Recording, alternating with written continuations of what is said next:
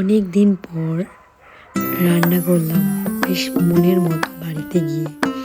So hello everyone, আজকে ব্লগটা শুরু করছি। অনেক দিন পর আমি কলকাতাতে এসেছি।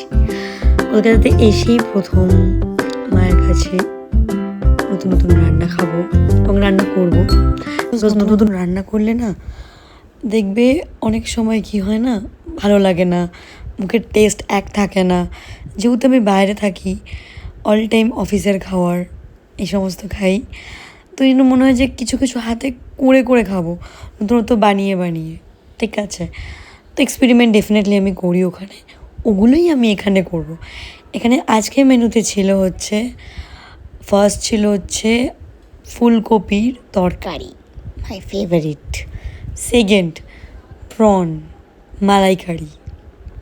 আর থার্ড এখানে ছিল হচ্ছে লোটে মাছের ফ্রাই, আর ছিল মাটন। এবার শুরু করছি, মাটন তো হয়ে গেছে আগে, এবার শুরু করছি সর্ষে চিংড়ি। তো প্রথমেই আগে দেখো, সর্ষে বাটাটা আমি দিয়ে দিলাম, দেওয়ার পর কাঁচা তেল উপরে আমি ছড়িয়ে দিচ্ছি মাছগুলো দেওয়ার পর। আর এদিকে দেখো আমি লোটে ফ্রাই একের পর এক দিচ্ছি তেলের মধ্যে, যাতে তাড়াতাড়ি ফ্রাই হয়ে যায়।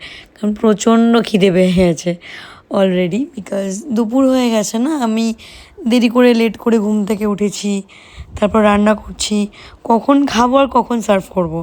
এর জন্য দুদিকেই মাকেও বলছি আমাকে একটু হেল্প করো, দেরি হয়ে গেছে। এদিকে মাও হেল্প করতে চলে এসছে আমাকে, মাও হেল্প করছে, মাও তোমার এদিকটা দেখে দেখে দিচ্ছে, মার সাথে গল্প করতে করতে করছি। আর এদিকে আমি চিংড়ি মাছটাও নামিয়ে নিচ্ছি।